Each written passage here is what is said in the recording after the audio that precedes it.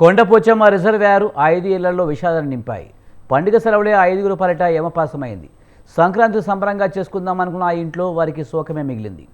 అప్పటి వరకు ఉల్లాసంగా గడిపిన ఆ స్నేహితులు చిన్న సరదా కోసం వెళ్లి మరణించి తల్లిదండ్రులకు కడుపు కోతను మిగిల్చారు.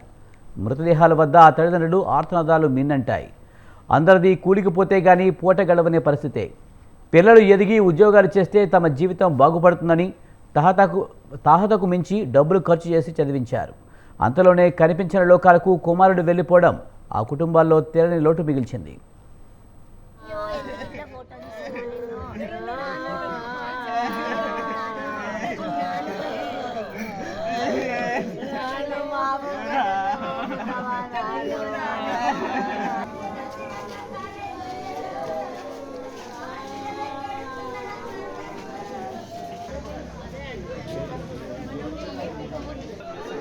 అనుకోకుండా మరి కొండపోచమ్మ సాగర్లో మరి విద్యార్థులు ఫ్రెండ్స్ అందరూ కూడా కవాడిగూడకు చెందినటువంటి వ్యక్తులు, అదేవిధంగా మషరాబాద్కు చెందినటువంటి వ్యక్తులు, చాచానగర్లో ఉన్నటువంటి దినేష్ చాలా పేద కుటుంబంలో పుట్టి పెరిగినటువంటి వ్యక్తి.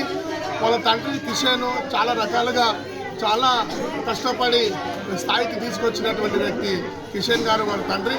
మరి వారికి ప్రభుత్వం ద్వారా మరి వారికి సహాయ సహకారాలు చేయాలి, వాళ్ళకి నష్టపరిహారం కూడా ప్రభుత్వం కల్పించాలని చెప్పి మాది యొక్క సనత్న రహిత వేదిక నుండి వారికి సాయం చేయాలని చెప్పి డిమాండ్ చేస్తూ ఉన్నాం.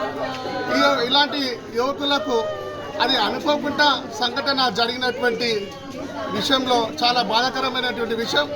వీరికి అండగా మరి మాదిగా దళిత వేదిక దానిపైన నుండి మేమందరం కూడా ఈ సంఘం నుండి కూడా వారికి సహాయ సహకారాలు మాతో అయినటువంటి శక్తిగా వారికి కూడా మేము సాయం చేయాలని మేము నిర్ణయం చేసుకోవడం జరిగింది.